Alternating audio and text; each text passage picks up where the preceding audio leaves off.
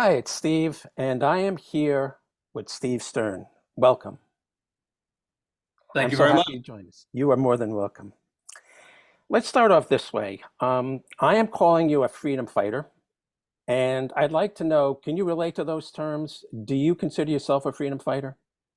I just consider myself a person in the United States who wants to take action because my dad told me about the Depression. And when I speak to people around the country, most people have no idea what a depression is. And we could be headed that way someday too. And when I started in business when I was 12 years old, I came from Brooklyn, and I'm going to tell you how I started, and that could give you a little inspiration on why people ask me what I do, how I do it. So when I was about 12 years old, before I came here, I wanted to go visit the Brooklyn Dodgers. I would try to go there, and I would have to um, ask people for tickets because I didn't have any money. My dad gave me a quarter allowance a week. You remember back those days, a quarter was Yeah. a lot of money. So I wanted to get into the Brooklyn Dodgers, and I was a big baseball fan, and I wanted to get autographs and everything like that. So I said, well, look, I got to make some money so I could really get a good seat, and get there early and get the autographs, because back then the players were much more, they were much more friendly, I would say, than they are now. And although some of them are friendly, I mean, I visited with the Heat and the Panthers. They are friendly, but overall it was a lot easier then because the coaches keep the players away from people a lot because of what's going on in the country. So when I was 12 years old, I went to my dad. I had seen in a magazine a little article about how to make money. So I said, well, maybe I can make, $10, $20, and I can go and I can buy some of the baseball cards and get them autographed by the Brooklyn Dodgers. I thought that was fantastic. So what I did was I borrowed $20 from my dad. Back there, $20 is like 1,000 today. And I said to my dad, I'm going to go out and sell greeting cards that I saw in the magazine. So I bought X amount of boxes with the $20. And I thought I was a great salesman at 12 years old. I went out knocking on the doors of my apartment building, and I sold no cards, no greeting cards. So I went home to my dad and I started crying, and I said, listen, I know I borrowed $20. I said, this is a tough situation. Nobody wanted to buy the cards. And I said, what do you think I should do? He said, just do it. So, well, I went out and I went next door to my neighbor, and I knocked on the door and said, my dad won't let me back in the apartment until I sell a box of greeting cards. She said, oh, you're kidding me. I said, no, I'm going to stand out here as long as I have to until you let me in. Well, about 20 minutes later, I was knocking on the door. She opens up the door. She said, well, come on and have a glass of milk and some cookies. So I sat down and I said, I want to sell some greeting cards. She said, well, first have the milk and cookies and listen to me. Listen to what I'm going to say. Well, she told a little story about her. She was lonely. Her husband had passed away. And I sat there for about 20 minutes. And she said, Steve, you sat down and listened to me. Most people probably would get up and say, I don't want to hear all this stuff.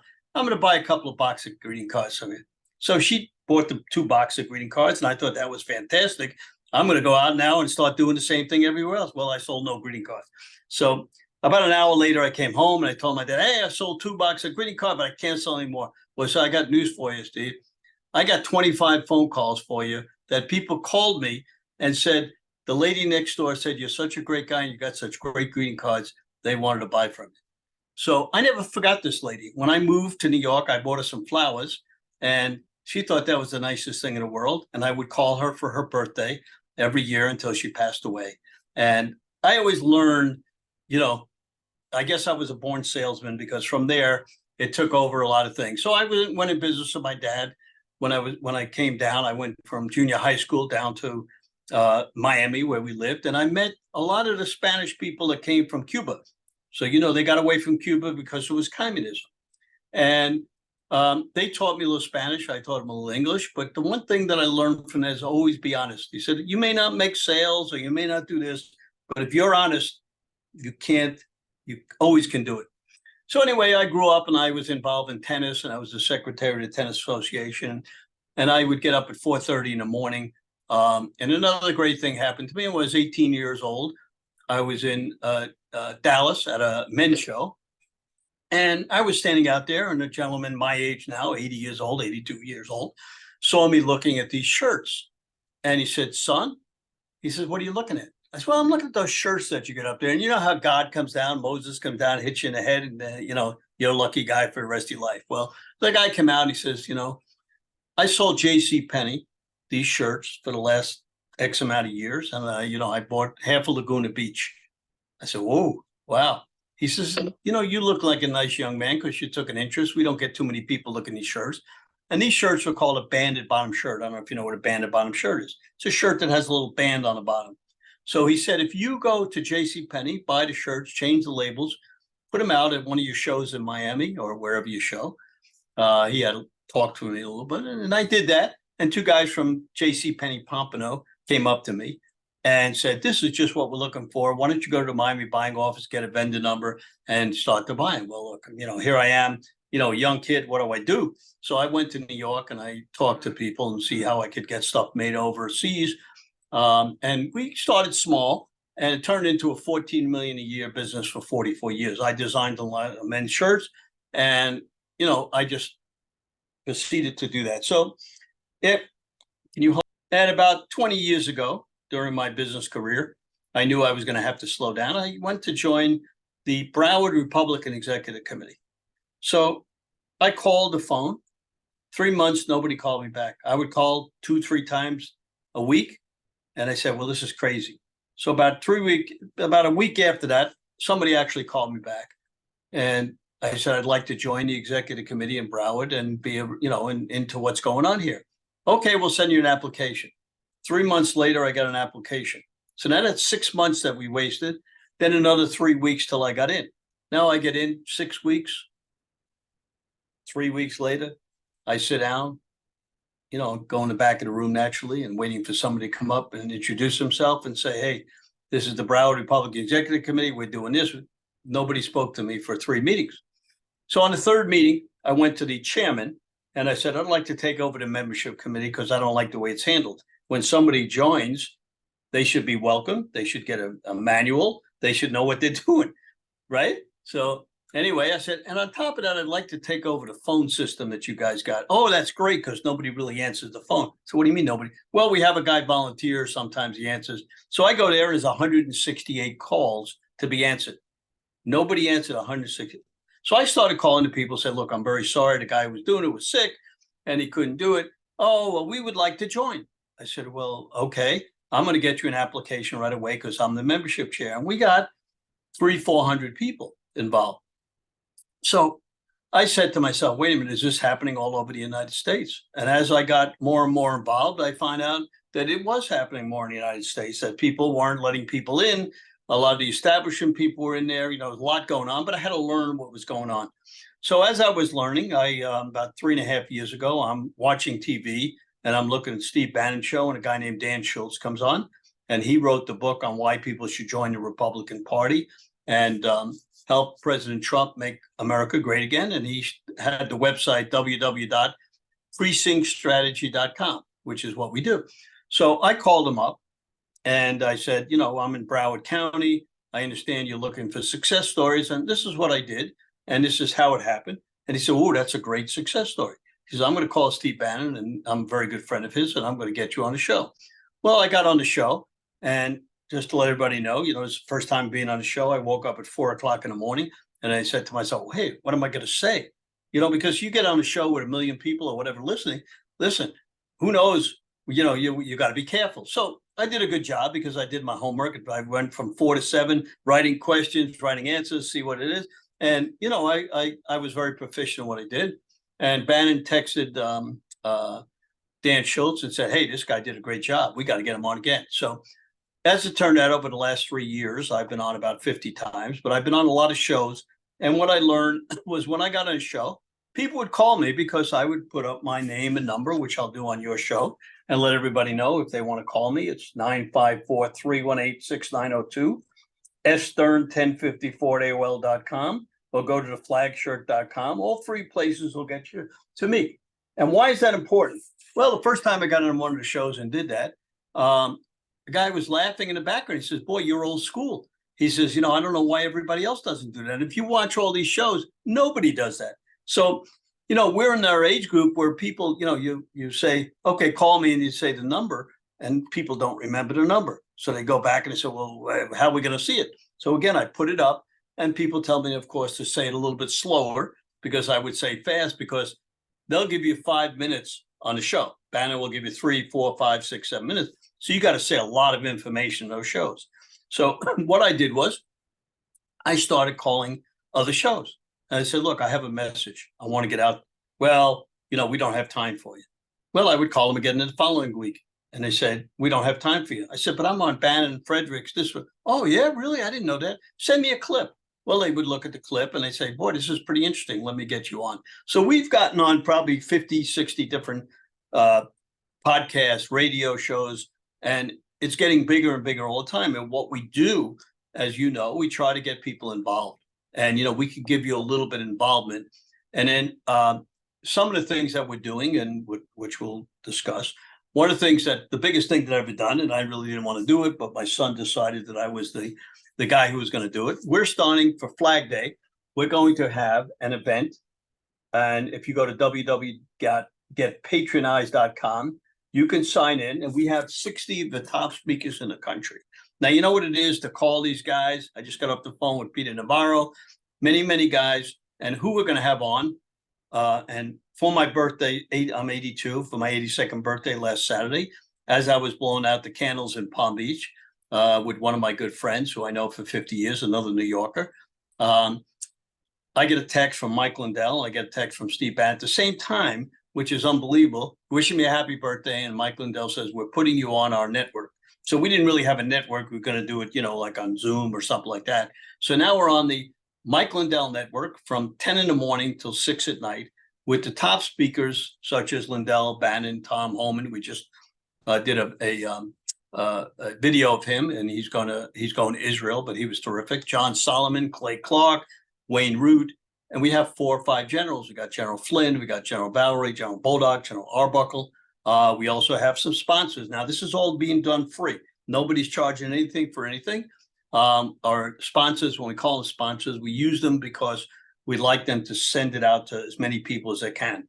So the 2 great sponsors we have are Mammoth Nation, which is a big patriotic company, and Glenn Story from Patriot Mobile, which is one of the biggest phone companies around. And some of the other people that we have, we're going to have Dave Brody on. We're going to have Chanel Rio from One American News.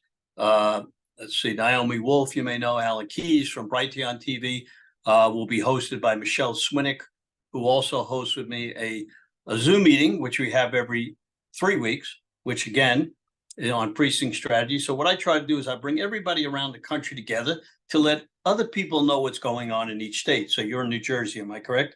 Mm-hmm. So in New Jersey, about 6 weeks ago, I was talking at a seat at the table. And I don't really do too many events away from home. But Elizabeth Nader, who started a club with 10 people, with Bill Spadia, the radio guy up there, about a year and a half ago, with 10 people. They got 110,000 people in it, called Common Sense Club. So what I did was I called up Bill Spadia and said, hey, I should be on your show before. And he said, sure. Put me on the radio in the morning and the TV at night on a Thursday. And I called 400 people before I got up to New Jersey. Now, why did I call 400 people? Well, there was 40 speakers, and I wanted the people to know who I was when I was speaking, because people don't normally listen all the time to the other people when they really don't know who they are. So they didn't really know who I was. So when I called them and I told them what I did, well, they'd listen. And not only that, I got a standing ovation, which I thought was very nice. You know what I'm saying?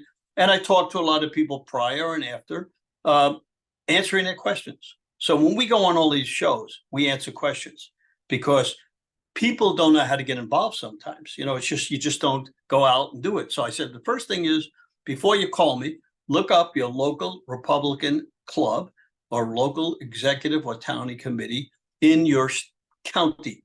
And I explained to them there's 400,000 slots. There's 210,000 people that are filling those slots, which leaves 190,000 people non-filled. Now that's crazy because we have 60 million Republican voters, maybe 50 million that are, MAGA. And so we have in these executive committees, MAGA, establishment, and rhinos. So the establishment people like to keep a lot of these people out. They want to hold it down to 50, 60 so they can control what's going on. So we have to fight that all over the country.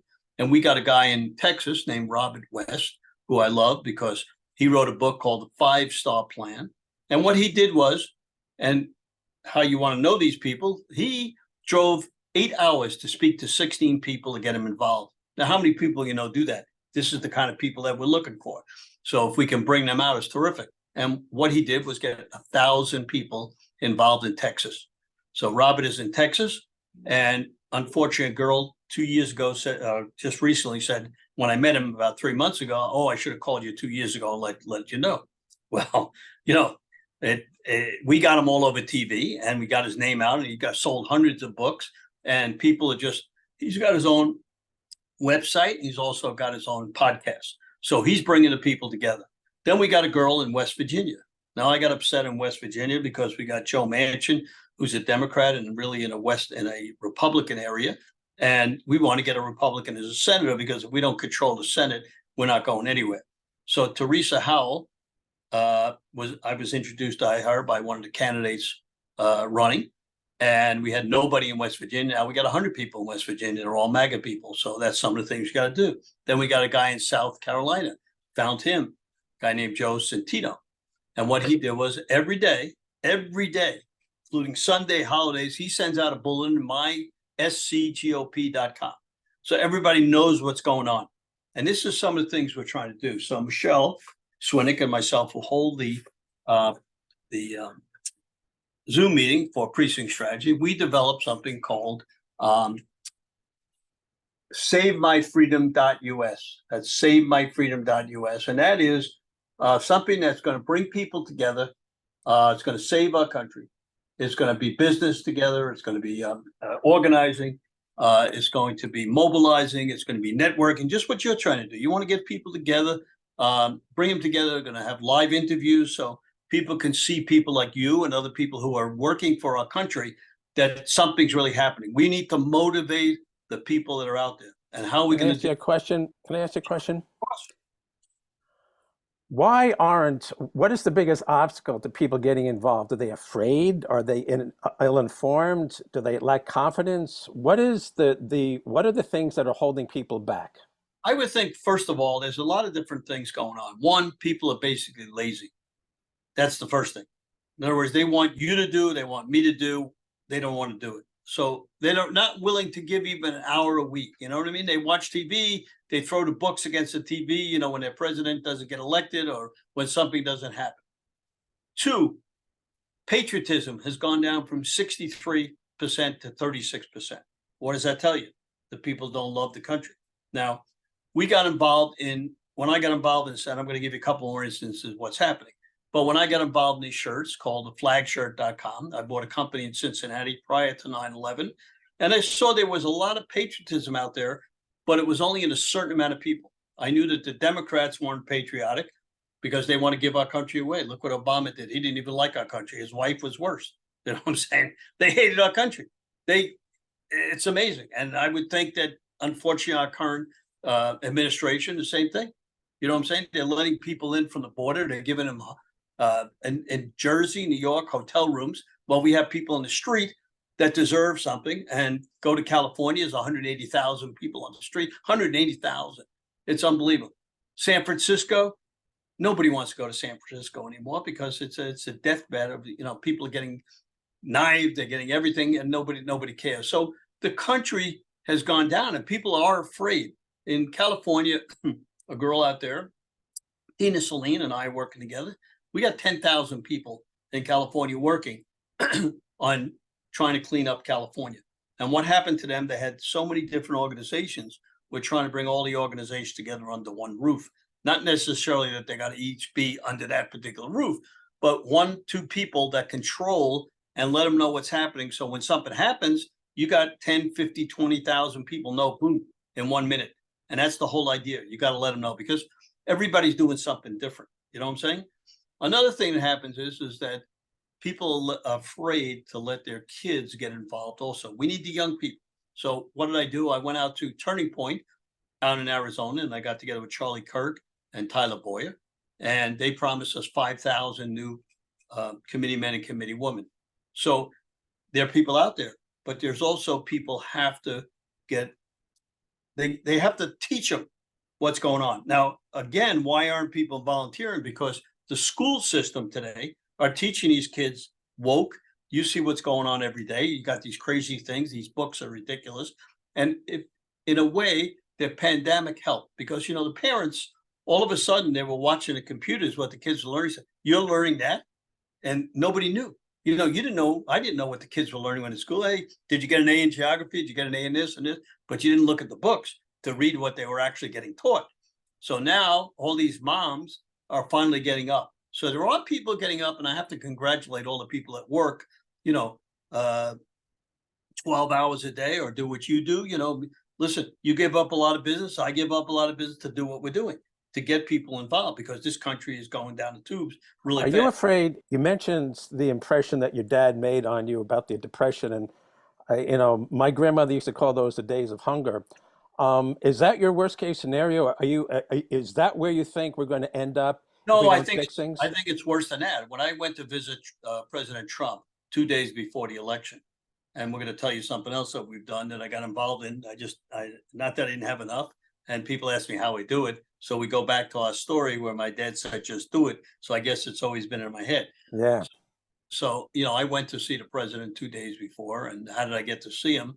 Was that Liz Harrington, who's one of his spokesmen, helped me with a couple other people, and Bannock gives me the nickname the Hammer. I don't give up, and I call everybody. I mean, if I can't get them, I go speak to everybody to see if they can get it. And there's some people that will never answer or never call you back, but in the long run, you should be able to get to everybody. So I was lucky to see the president, and I asked him if he would talk about getting people involved, just what you said. And he said he would, but I haven't seen him do it. I said when he goes to his rallies, he has to ask people to get involved.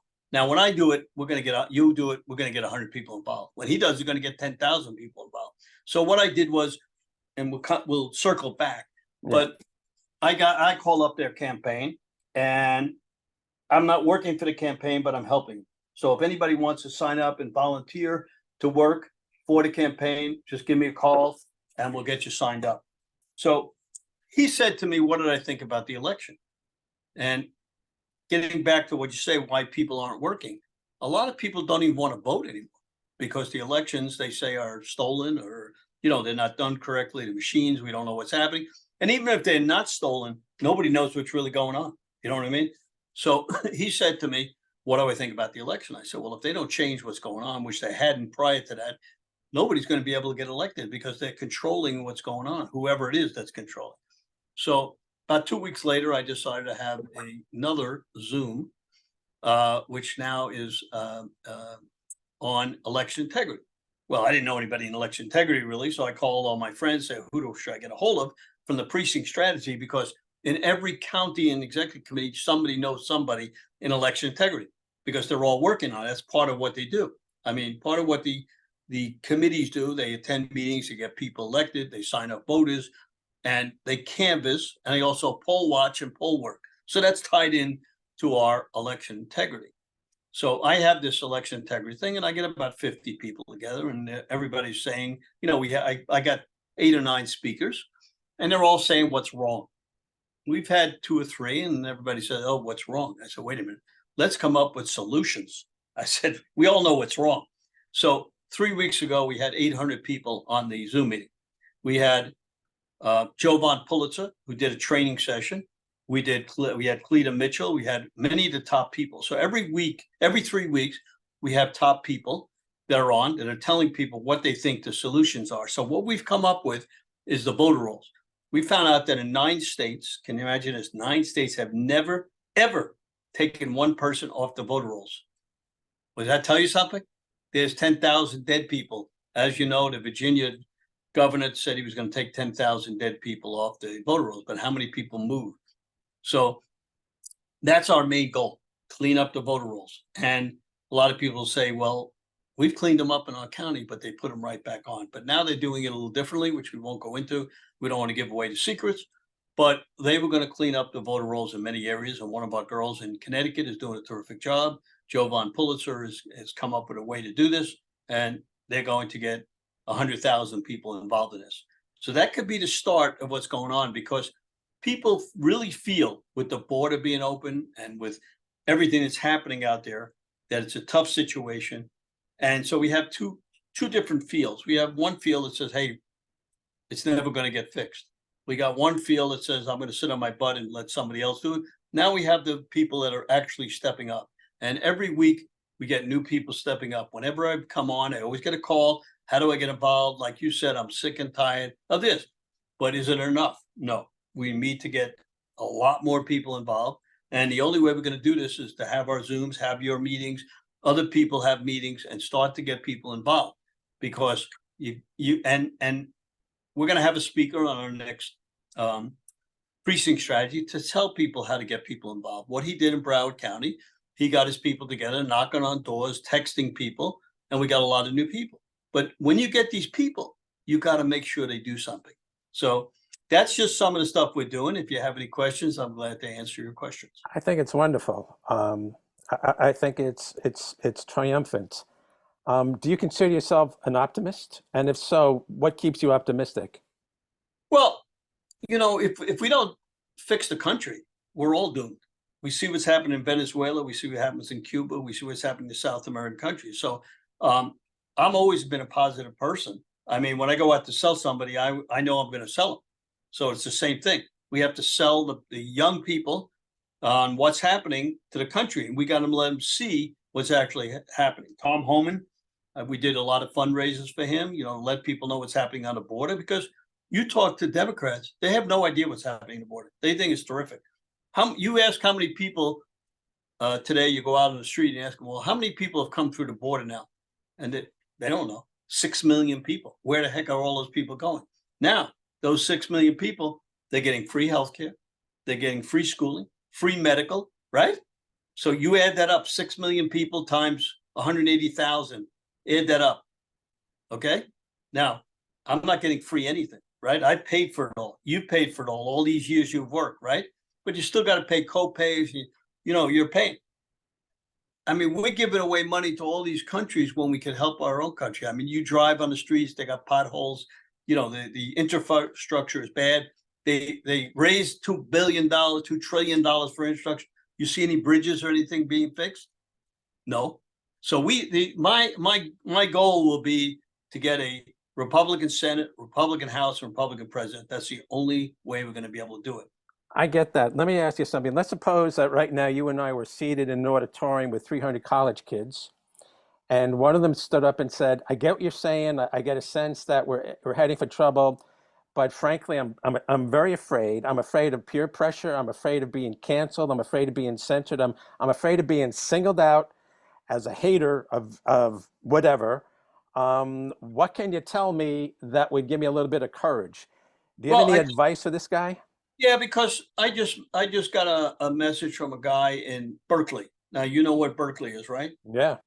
Okay. Now, he has a resume here. He's 20 years old. He's run for office. He's got people working all over the area there, in an area that's predominantly Democratic, and he's teaching other people. And to be honest with you, the Turning Point action is making a lot of headway going into the schools and talking to the people and explaining to them exactly what it is. So he's getting field reps. He's got them in Florida. I work with the girl here. She's going to all the schools. She says that the kids are starting to understand what's going on, and she's terrific. We got them in Georgia. We're supposed to be putting them in Pennsylvania. We got them in Wisconsin. We got them in Arizona. And they're going to the schools, and they are getting positive results out of kids. So what the kids have to do, they've got to work on the side, because like you said, the peer pressure and everything else, but kids are understanding, and we have to learn, the older people have to learn how to use social media correctly. You know what I mean? So we have a lot of people training them to be able to get up there and what to say. And the kids use, TikTok, and they use these other things that the older people don't use. So we have to get kids working for us that will take our message and put it, I would say, maybe translate into their message. You know what I'm saying? I So do.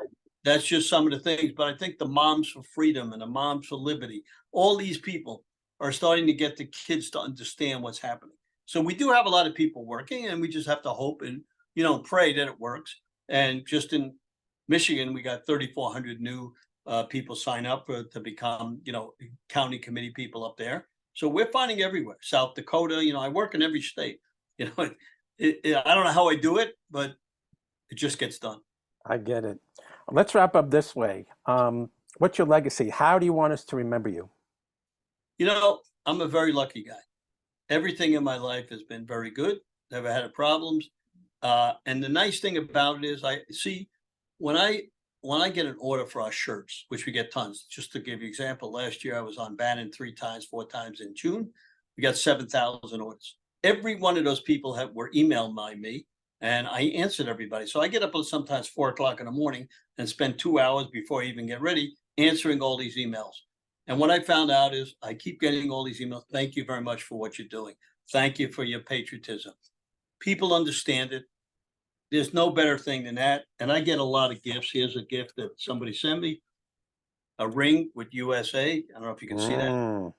And, I don't wear them because I don't wear any jewelry, but it's still nice that people recognize what you're doing and appreciate it. I don't get any dollars for this. I spend dollars, you know what I'm saying? But there has to be people that want to take over the country and help to get us back where we are. And if we don't get those people, and I wish I was cloned.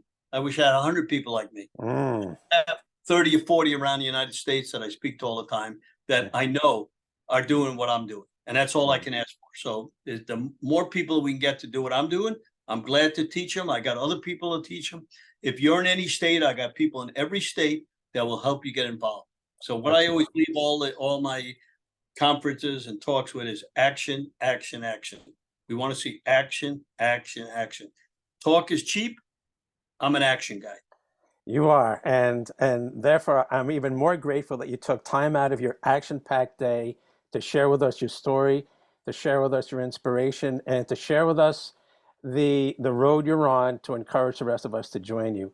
Thank you, Steve Stern. Let me just put one thing in there. I'm a big Heat fan and I'm a big Panther fan. So we're lucky in Florida that we got two guys in the finals. And, we follow these guys all the time. So in my spare time, which is not a lot, while I'm watching TV, I got my little phone with the game on. So people want to know one important thing. You have to do two things at once. If you don't do two things at once, you can't get anything accomplished. That's my answer. I get you. A tip from the master. Thank you once again for joining us. My pleasure. Anytime.